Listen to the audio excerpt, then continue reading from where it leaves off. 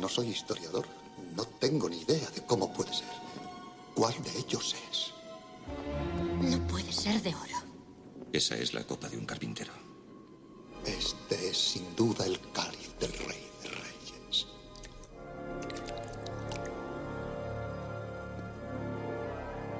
La vida eterna.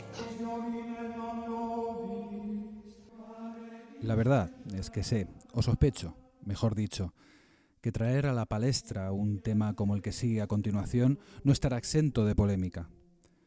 Pienso que el personaje de Jesús de Nazaret no está nunca libre de debates apasionados, donde las posturas pueden radicalizarse. Ya no solo el personaje, sino los objetos que rodearon su vida también, que al igual que su propia persona están envueltos en polémicas de si existieron o no, o si poseen ciertos poderes, milagrosos incluso.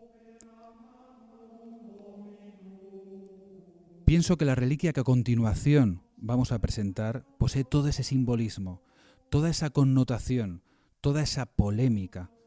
Les estoy hablando de un arquetipo profundamente incrustado en la psique de ese inconsciente colectivo que todos compartimos. Les estoy hablando del Santo Grial.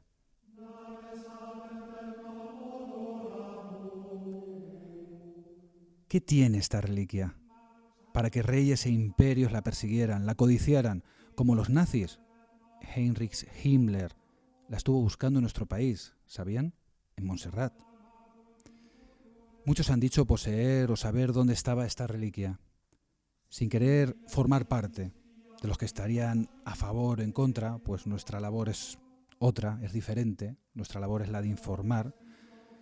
Consideramos que como en el juicio de ese sospechoso que acude ante el juez, acusarlo será cuestión también de las pruebas que estén a favor y las pruebas en contra. Y las pruebas se basan en esa información. Por lo tanto, nuestro deber es informarle y que usted decida. Creemos, eso sí, que por esas probabilidades pueden llegar a esa final dos posibles cálices, el de la Catedral de León y el de Valencia. Nosotros hemos querido averiguar la posible veracidad del cáliz de la Catedral de Valencia. Concretamente, hemos acudido a un centro llamado el CES, Centro Español de Sindonología, y entrevistar a Jorge Manuel Rodríguez, toda una autoridad en la investigación no solo del Santo Grial, sino de más reliquias y sobre todo de la Sábana Santa. Acudimos al CES grabadora en mano a realizar la entrevista al profesor de la Universidad de Valencia, licenciado en Derecho y doctor en Historia del Arte, doctor Jorge Manuel Rodríguez, que aceptó gustosamente a que le entrevistáramos, lo cual le tenemos que dar las gracias por esto. Y a continuación vamos a pasar a escuchar esa entrevista que realizamos en ese lugar, en esa calle Cotanda número 1, muy cerquita del Ayuntamiento de Valencia.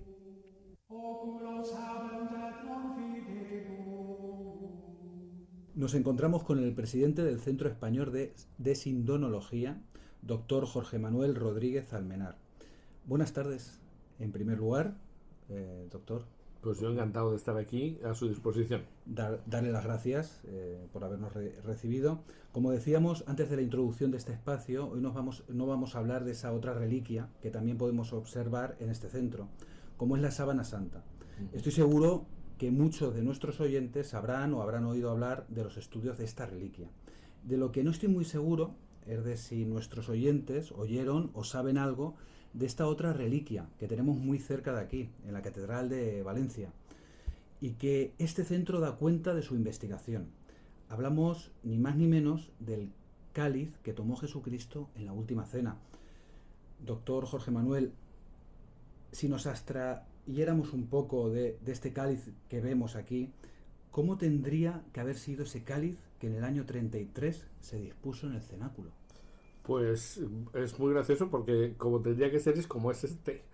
Lo que ocurre es que, vamos a ver, esto es una pregunta que en el año 1959-60 se planteó el arzobispo de Valencia, que entonces era don Marcelino Laechea, y don Marcelino Laechea se le ocurrió hacer por primera vez en la historia un estudio científico sobre una reliquia que según la tradición era el cáliz de la última cena que estaba en Valencia. Don Marcelino, que era un hombre muy inteligente, pues se fue al catedrático de arqueología de la Universidad de Valencia y entonces le llamó y le pidió que hiciera un estudio arqueológico del Santo Cáliz. Yo tuve la suerte de hablar con el don Antonio Beltrán, que era el susodicho arqueólogo, y dijo, yo me quedé muy sorprendido porque yo no era muy adepto al régimen, incluso de hecho había sido un poco represaliado después de la guerra, pero vamos, poca cosa por lo que se ve, porque luego a pocos años después era catedrático de la universidad. Y por otra parte, pues tampoco era una persona muy creyente, pero se sorprendió de que le llamara al arzobispo. Y entonces lo que hizo fue hacer un estudio serio, porque dijo, valía la pena encontrarse a una persona que quería saber la verdad. De hecho dijo, y si no es, ¿qué? Y le dijo al arzobispo, pues si no es, lo diremos y lo diré yo. Entonces, don Antonio Beltrán se hizo un estudio muy serio, y la verdad es que, llegó a la conclusión de que lo que tendría que ser el cáliz que hubiera estado en la mesa de la última cena, en el caso de Jesucristo, tenía que ser lo que es decir, la pieza superior de lo que vemos ahora con el relicario puesto debajo. Es decir, que, claro, ¿por qué ir a la arqueología? Porque la arqueología lo que nos dice es cómo es un objeto ahora, pero cómo era antes.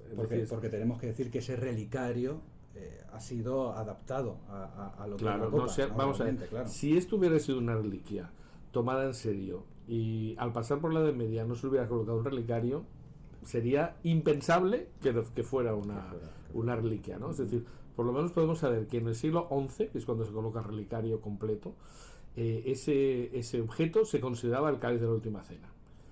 Y además, las últimas investigaciones que están haciendo al respecto, lo que están diciendo es que, están apareciendo cosas que no se habían visto nunca. Ahora que ha empezado a existir una cierta polémica sobre el Santo Cáliz, pues por ejemplo, que en la inscripción, tiene una inscripción colocada en el pie, una cosa muy típica de la Edad Media, en la que para entender lo que pone hay que mirarlo como en un espejo, y según cómo coloques el espejo de una manera o de otra, pues lees Jesús es Dios en hebreo y en árabe. En el espejo. Es decir, hay que hacer una especie de visión especular y luego girarlo a la derecha o a la izquierda, y entonces según cómo lo veas, pone una cosa u otra. Por eso se ha intentado, fue don Antonio Beltrán el que descubrió la inscripción, pero nunca se había podido llegar a una determinación exacta de qué significa, porque las letras parecen letras cúficas, por el tipo del trazado, pues se pueden datar entre el siglo XI, por ahí, o sea, no llega al siglo XII. Y ese tipo de letra, pues eso es una especie de juego que es muy medieval, de poner una cosa oculta, o sea, que tiene su misterio el asunto, pero lo que dice Jesús es Dios, ¿no? Y luego, para irnos a lo que es la copa, estaríamos hablando del relicario. Sí, o sea, vamos a ver, tenemos una copa que, para que los que no tienen imágenes en estos momentos, pero es que se imaginen, es como un tazón sin asa. Eso, cuando este tipo de copas para el vino se utilizaban en el tiempo de Jesús. Por ejemplo, Plinio el Viejo, que es una enciclopedia de la época, porque escribe en el año 50 más o menos, empieza a decir cómo eran los utensilios, cómo era el mundo en aquel momento, ¿no? Y Plinio dice que en el Imperio Romano se había puesto de moda, pues, tener copas digamos que de piedras preciosas o semipreciosas, depende, porque son variedades del cuarzo, como por ejemplo el ágata veteada, que es lo que nosotros tenemos aquí como el cáliz de Valencia, y esos cálices de ágata de colores se valoraban mucho, pero dejaron de utilizarse cálices de colores a partir del siglo, desde mediados del siglo I, ¿no? Entonces a partir de ahí empezaron a utilizarse vasos que nosotros diríamos de cristal, que es lo que se hace hasta ahora, porque la gente dice que es raro, es una piedra, ¿no? De piedra nada. Esto, lo que hacemos nosotros ahora es hacer el vidrio, que es una versión artificial de una piedra natural. Pero claro, las copas de la abuela, ¿verdad? Que se están guardadas, se caían, se rompían, la gente se destrozaba. ¡Qué horror! Sí. Porque precisamente eran piedra tallada, que es como ha sido hasta ahora. ¿Qué sentido tenía para los judíos? Especialmente, muy bien. Porque no es de madera, como en muchas... No, es que no podría ser de madera de ninguna de las maneras. ¿Por qué? Pues porque la madera es impura. Vamos a ver, hay que tener en cuenta que si suponemos que este cáliz ha sido usado durante la última cena, tiene que ser un instrumento apto para estar en una cena de Pascua en presencia de Jesús. Entonces, está claro que tiene que tener unas condiciones concretas, ¿no? Entonces, ese cáliz, que hay que decir que en una Pascua judía hay un cáliz especial, porque si no se podría decir que podía ser cualquier copa, no, se utilizaba lo mejor de cada casa. En cada casa los judíos ahora mismo tienen una copa específica, y que para ellos es muy importante porque es el que les vincula con su raíz judía. Es decir, son el pueblo de la promesa, y esa promesa se materializa en todas las Pascuas en una copa concreta. Por tanto, no se puede olvidar, y probablemente pues en la casa donde Jesús celebró, creó realmente una cosa nueva, que fue una nueva alianza, pues sabían cuál era el cáliz de bendición, no era uno más de la vajilla, ¿no? Entonces, esto es algo importante porque hay que tener en cuenta que para los apóstoles debió ser algo impactante lo que hizo Jesús, que fue saltarse la liturgia establecida para hacer una cosa distinta, pero en base a un instrumento o un objeto que estaba hecho precisamente para conmemorar la antigua alianza. Vemos en las imágenes, que también los oyentes podrán ver en la página de Facebook, porque vamos a colgar ahí esas fotos de este cáliz, que tiene el cáliz como una rotura. ¿En qué momento? Bueno, sí, eso es casi una anécdota, pero en fin, curiosamente, bueno, hay que tener en cuenta que el cáliz de Valencia no se ha usado nunca, salvo cuando han venido los papas, pues Juan Pablo II por iniciativa propia y Benedicto XVI pues el año 2006. Pero históricamente, que se sepa, no era un cáliz para ser usado, por lo menos desde hace muchos siglos no era usado. Si es el de la tradición, pues habría sido usado por los primeros papas sucesores de San Pedro en Roma. Hay me voy por la tangente, pero es igual. Vale. Hay una prueba de esto muy concreta, y es que la plegaria eucarística que utilizaban los papas en Roma, es decir, los sucesores de Pedro, en el siglo II, cuando se pone por escrito, la plegaria eucarística, es decir, las oraciones de la consagración que se hacían por los papas en Roma, a diferencia de cualesquiera otros textos de otras partes del mundo, dice, traducido literalmente del griego y del latín, sería tomando este mismo cáliz que todos conocéis. Es decir, eso es una frase que ahora se ha quedado convertida en tomando este cáliz glorioso en sus santas manos. No es este cáliz, es este mismo, porque no dice etunc y no simplemente unc, que sería este. Etunc en latín significa este y no otro. Ajá. Por tanto, tomando este mismo cáliz, y además en esa plegaria se enseñaba al pueblo, cosa que no se hace en ninguna de las otras versiones de la plegaria eucarística de otros lugares, ¿no? Hay un estudio al respecto muy interesante de un catedrático de liturgia sobre eso, y es la única plegaria que dice esto. Entonces, eso es un documento que tiene una validez importantísima, porque quiere decirse que un documento oficial de la Iglesia Católica en el siglo II, nada menos que en el momento de la consagración en Roma, dice que estamos usando el cáliz de Jesús, no el cáliz de Pedro, ni el cáliz de Juan, ni de ningún otro, es decir, el mismo cáliz. Podían no decirlo, los otros lugares del mundo no dicen nada de eso, pero ahí dice este mismo.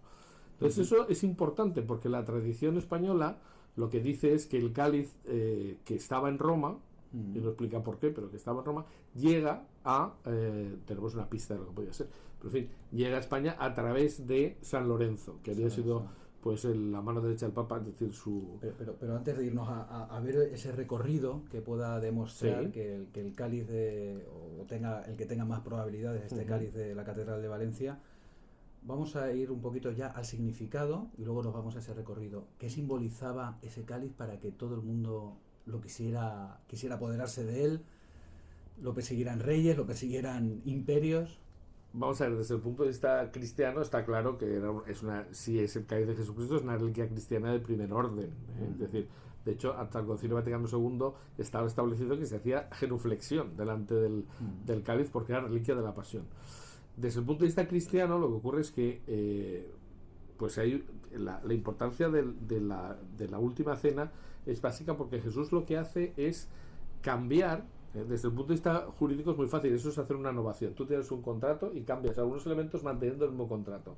Eso es lo que se supone que hace Jesús con la alianza. Es decir, la alianza que había entre Dios y el pueblo de Israel era en Abraham y en David, cuyo hijo reinaría para siempre, un descendiente suyo, que sería el propio Jesús. Pero Jesús lo que dice, lo que pasa es que la gente, incluso los católicos lo oyen y no se enteran de lo que dice. Jesús dice, este es el cáliz de la nueva alianza en mi sangre, no en la sangre de Abraham, en mi sangre, que será derramada por vosotros para el perdón de los pecados. Es decir, cambia lo que era una finalidad de la alianza del tipo político para hacer una cosa más espiritual y que es eterna, ¿no? La alianza eterna. Entonces, en esa tercera copa, pues se utiliza un objeto muy, muy concreto.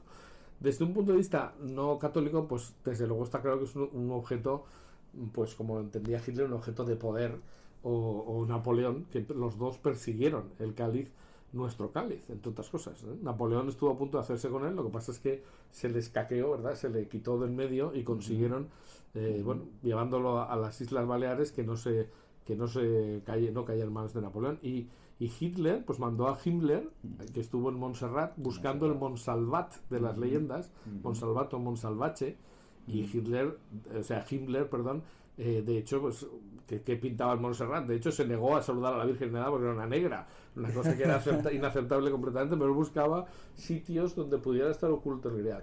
Y eso es consecuencia de que en la Edad Media pues hay una serie de relatos medievales que concretan que en Aragón es donde está el cáliz, ese cáliz de poder, ¿no? Dijéramos. En Huesca, creo que es. Pero antes de irnos... El Parsifal de Wagner se dice expresamente, estamos en Aragón. En Aragón.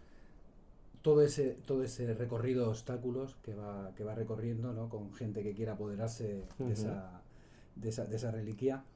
¿Cómo desde esa última cena, en el año 33, esa noche, desde ahí, dónde empezamos a tener ya datos que puedan de alguna manera insinuar que está pasando por bueno, lo primero que hay que decir, porque si no estaríamos engañando a la gente, es que cuando los historiadores intentan poner documentos a los objetos muy muy antiguos, se encuentran con que no existen textos físicos de esa época. O sea, alguien me decía una vez que realmente no existe ningún documento anterior al año 1000. Todo lo que existen son copias. Entonces, ¿cómo se conserva algo? Pues precisamente donde podría estar es en la liturgia de la iglesia, que es lo que están diciendo, porque la liturgia tiene que copiarse literalmente de documento a documento, todo exacto. Entonces ahí sí que tienes una pista. Pero lo que es un documento físico, o sea, no conocemos físicamente ninguna carta de San Pablo ni esto, porque todo eso se ha destruido, se han copiado, pero se ha destruido. Entonces, decir que antes del año 1000 existe algún documento que nos da la base para decir que este sea el cáliz de la última cena sería absurdo. Por eso, el que lo dice es la arqueología. El arqueólogo te dice, este tipo de copas se dieron entre el siglo II antes de Cristo y mediados del siglo I. Y efectivamente, luego, por otra parte, pues la Iglesia ha mantenido esto ininterrumpidamente. O sea, la misa es una cosa que no se inventa en el siglo IV, se evoluciona y se concreta entre el siglo II y el siglo IV, pero está clarísimo que tiene una base en la que no ha habido un corte, ¿no? Eso por un lado. Entonces, ¿podemos decir que hay algún documento que nos diga esto? Bueno, lo que dice la tradición es que estaba en Roma. ¿Por qué podría estar en Roma, por ejemplo? Bueno, pues una razón muy sencilla, porque San Pedro, que es el cabeza de la iglesia, en aquel momento se va a Roma y se lleva a San Lucas. A San Lucas, no a San Marcos. San Lucas va con Pablo. A San Marcos. San Marcos es el muchacho, según dice un padre de la iglesia, el muchacho que cuando el prendimiento de Jesús está envuelto con una sábana y suelta la sábana y huye desnudo. Ese niño estaba en la casa. Es decir, si uno lee los Hechos de los Apóstoles... en Getsemaní. Claro, pero ¿qué pinta este niño ahí? Pues porque era un niño de la casa. Es decir, esto es una experiencia que yo creo que tenemos todos, ¿no? Es decir, se reúne una serie de mayores en tu casa y tú eres jovencito y te dice, papá, ¿puedo ir con ellos? Se van al huerto de los olivos. Y llega allí, pumba, y lo prenden. ¿Por qué el evangelista pone eso? Pues dice un padre de la iglesia, porque es él. Pero es que luego los Hechos de los Apóstoles, aquí sí, pues el autor de los Hechos lo que nos dice es, que sea San Lucas, aquí nos dice que cuando fue prendido Pedro, el año 40, fue, y se sale, porque según cuenta, pues aparece un ángel, se le caen las cadenas y tal, dice, como era la fiesta de la Pascua, es decir, los ácimos, dice, se va donde estaban reunidos los cristianos, que era la casa de María, la madre de Juan, apellidado Marcos. Ese Juan Marcos es el evangelista. ¿Qué pintan los discípulos 11 años después de la muerte de Cristo reuniéndose el día de Pascua en una casa concreta? Tiene toda la pinta de ser la casa. Si eso fuera así, pues entonces está claro que Pedro, que se lleva a este niño, que ya era un señor, pues en los años 50-60, se lo lleva a Roma como traductor, que eso sí que está escrito por padres de la iglesia. Es el traductor. Si él había heredado el cáliz, lo lógico es que se lo lleve con San Pedro. Entonces ese cáliz podría ser el de Roma. ¿Se puede asegurar con absoluta certeza? No, pero es coherente. ¿Y por qué saldría de Roma ese cáliz? Pues por una serie de razones.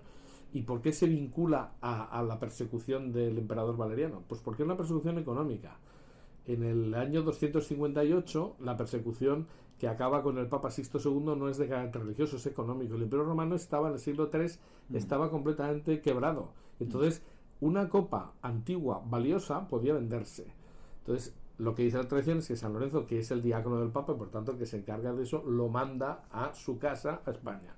A partir de ahí ya empieza a ser todo bastante lógico. Ahí es donde llega a Aragón. Aragón.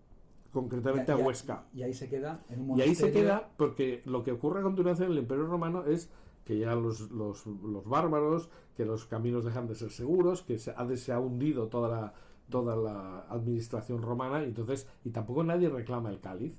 Entonces, lo que la tradición dice es que el cáliz se queda aquí hasta la invasión musulmana. La invasión musulmana hace que los cristianos huyan hacia el norte. Si uno está allí, la geografía y la historia están muy relacionadas. Si uno ve la geografía de la zona, explica perfectamente que los que huyen de Huesca se van a los Pirineos. Ahí los musulmanes no son muy duchos en la lucha en los montes, y los cristianos se permanecen 300, hay cristianos que están 300 años aislados en los montes, en los Pirineos, con la reliquia que pues es la base, el fundamento de la legitimación de su cristianismo, ¿no? ¿Qué nombre tiene el monasterio ese? Bueno, es que hay varios sitios, pero el que es el último y que es, digamos, el centro espiritual de Aragón es San Juan de la Peña. San Juan de la Peña. Y en San Juan de la Peña, por ejemplo, pues las supuestas leyendas que nos hablan de el rey pescador. Por cierto, Aragón es un río. El rey de Aragón no es un rey de un río, entonces no es el rey pescador. Y hablan de un personaje que es ese rey pescador que tiene una herida en una pierna. Efectivamente, Alfonso Batallador murió y es un personaje casi legendario en Aragón, por eso precisamente, ¿no? Porque tiene una herida. En fin, iba a San Juan de la Peña en Semana Santa, se cuenta un montón de cosas. Ahí se establece por primera vez en el siglo XII para toda la península, pero empieza ahí el canon romano en las celebraciones cristianas de la península. Qué curioso, con presencia del nuncio del Papa y tal. O sea, pero lo mantenían de alguna manera protegido, ¿no? Claro, es decir, no era una cosa que se usara, pero ¿por qué esa vinculación? Bueno, hay que tener en cuenta que Alfonso Batallador enfeuda con el Papa, de ahí viene el rojo y amarillo de la bandera de Aragón, que es la que luego pasa a la bandera de España, ni más ni menos, no es la misma. Claro. Entonces, las barras rojas y amarillas son consecuencia del enfeudamiento de los reyes de Aragón con el Papa. ¿Por qué tienen esa cercanía? Pues no lo sabemos. Pero es curioso que las iglesias donde ha estado el cáliz, según lo que nos dicen algunos historiadores, todas se llaman de San Pedro. Y dices, bueno, pues hay una serie de cosas.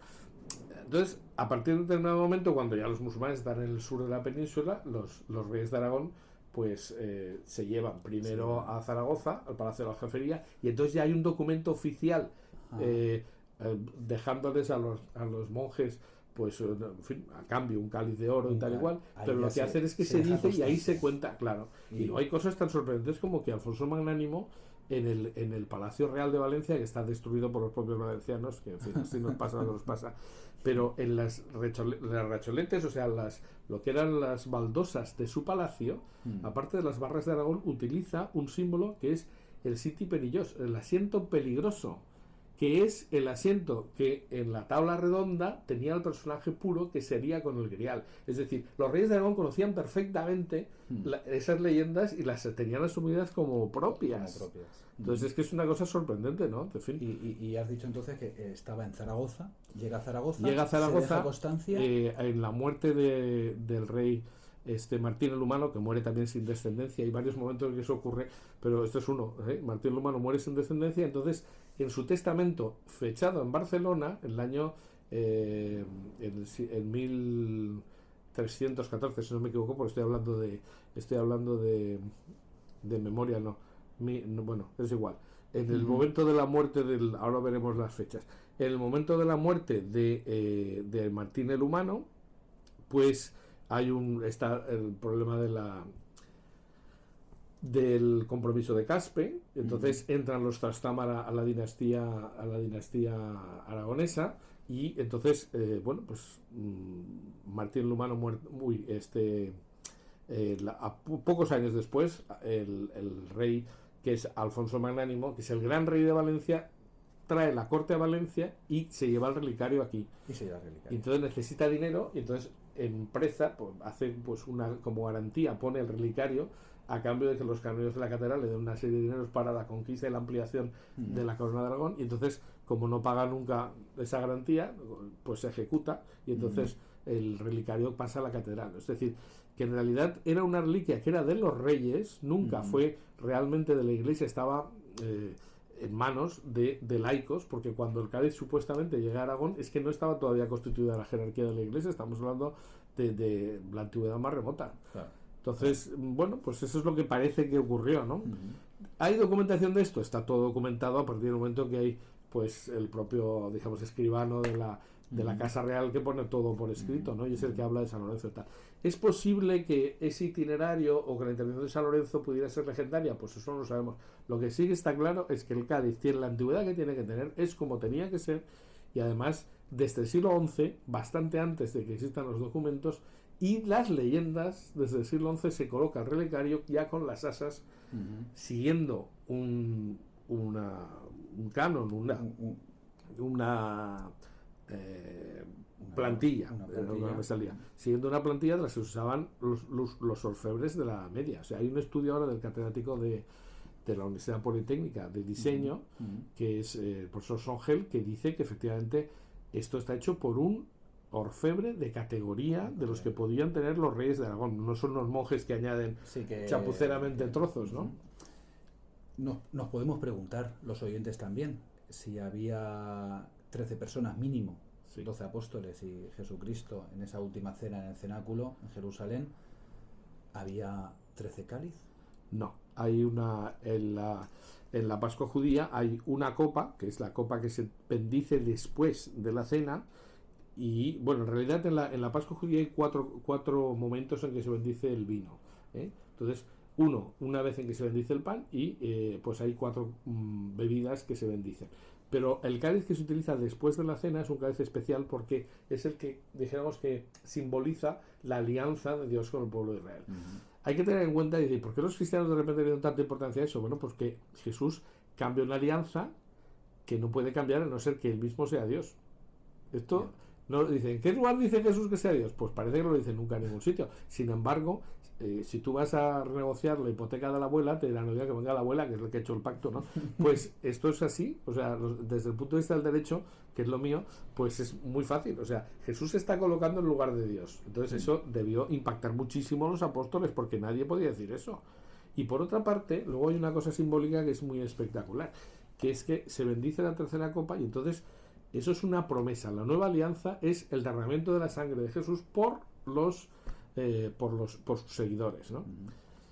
La cuarta y última copa que se toma en la Pascua judía es la que se llama la copa de la consumación. Sorprendentemente, dicen uno de los evangelistas dice que no tomaron más vino. Jesús dice, no volveré a tomar fruto de la vid hasta que esté en mi reino, por un lado. Y por otra parte, hay otro evangelista que dice, y cuando cantaron el Jalel, que es lo anterior a la cuarta copa, salieron al fuera, ¿no? ¿Y ahí qué pasa con la cuarta copa? Bueno, pues sencillamente que, fijaos, si uno lee el Evangelio, lo siguiente que ocurre es que Jesús se va al huerto de los olivos y dice, pase de mí este cáliz. Anda, eso nadie se da cuenta de eso. Pero lo que dice es el cáliz de la consumación, es decir, el cumplimiento de la promesa, que es lo que a él le angustia. Que por eso luego dice... Y a partir del momento en que él dice, pero no es haga mi voluntad sino la tuya, empieza la pasión. ¿Y dónde acaba la pasión? Consumado es. Exactamente.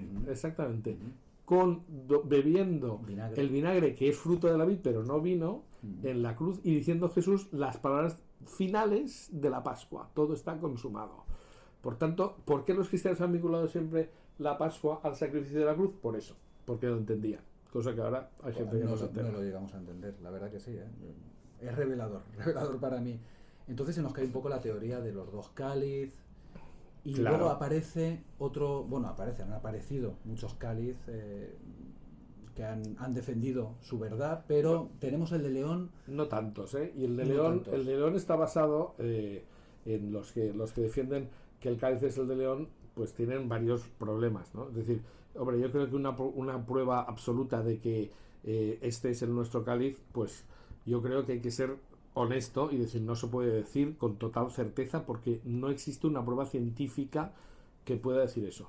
pero desde luego en el Cáliz de León no hay una tradición, no hay una tradición pictórica, no hay nadie, vamos a ver, un rey en la Edad Media que tuviera una reliquia, lo primero que hacía era sacar las trompetas y tocarlas, porque decir, no, es que en León los reyes no dijeron nada de que lo tenían para que no se lo pidieran a la Santa Sede. Eso es una bobada, sencillamente, porque precisamente es más fácil que se inventaran reliquias que las ocultaran, porque la legitimación de un rey medieval se basaba precisamente en su vinculación con la divinidad, y decir tenemos una reliquia de este tipo, pues es fantástico. ¿Cómo es que el rey de León no dijo nunca nada? Y dices, no, es que lo han tenido oculto hasta ahora, pero bueno, luego los documentos que te sacan, pues hombre, el señor que hizo, el arabista que hizo la inicial traducción de esos textos, lo que dice es que no tienen nada que ver con lo que se ha publicado. Entonces, yo mientras no me digan lo contrario, pues tengo que fiarme del historiador que ha dicho estos documentos no justifican en absoluto lo que se quiere decir. Y esto tiene toda la pinta de ser un programa de marketing, ¿no? O sea, es decir, la prueba está en que, bueno, tú vas a León y te encuentras que es la ciudad del Grial, lo pone todo el mundo, todos los comerciantes lo tienen en sus escaparates. Hombre, es un poco... En fin, yo creo que eso es... Yo, vamos, para hacer un estudio serio yo no haría una cosa así, la verdad. Pues, doctor Jorge Manuel Rodríguez Almenar, pues con esto damos por terminada esta entrevista. Esta pincelada. Esta pincelada. Esta pincelada, sí, no, por supuesto, sabemos que podemos profundizar mucho más. También por eso esperamos poder venir aquí en más ocasiones, no solo con esta reliquia, sino también con la Sábana Santa, de la que hemos hablado al principio, que también...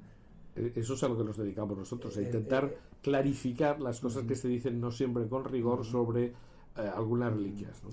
Agradecemos su disposición y amabilidad a darnos toda esta información de una reliquia a la que seguro miraremos de forma diferente en la próxima visita que hagamos a esta cercana catedral de Valencia.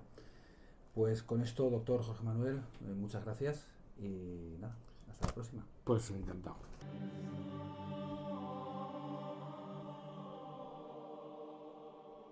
Yo en mi caso la verdad que bueno, me quedé maravillado ya porque no me pensaba realmente, siempre había supuesto de que ese cáliz pues era uno de tantos que podían estar circulando.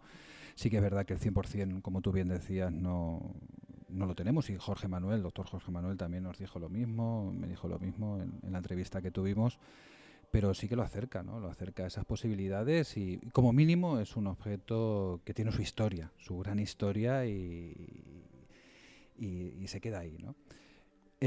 Bueno, despedimos ya nuestra sección. Sí que invitar a todos los oyentes al Centro Español de Sindonología, que va a celebrar una jornada de puertas abiertas el Viernes Santo. Esto está, como decíamos, en la calle Cotanda, número 1, muy cerquita del Ayuntamiento. Está del Ayuntamiento de Valencia, ahí en el centro. Este piso, este lugar, está dedicado exclusivamente al estudio de la Sábana Santa y de otras reliquias como el cáliz también. Van a encontrar una exposición muy amplia, es una maravilla lo que tienen ahí, yo no me lo imaginaba tampoco.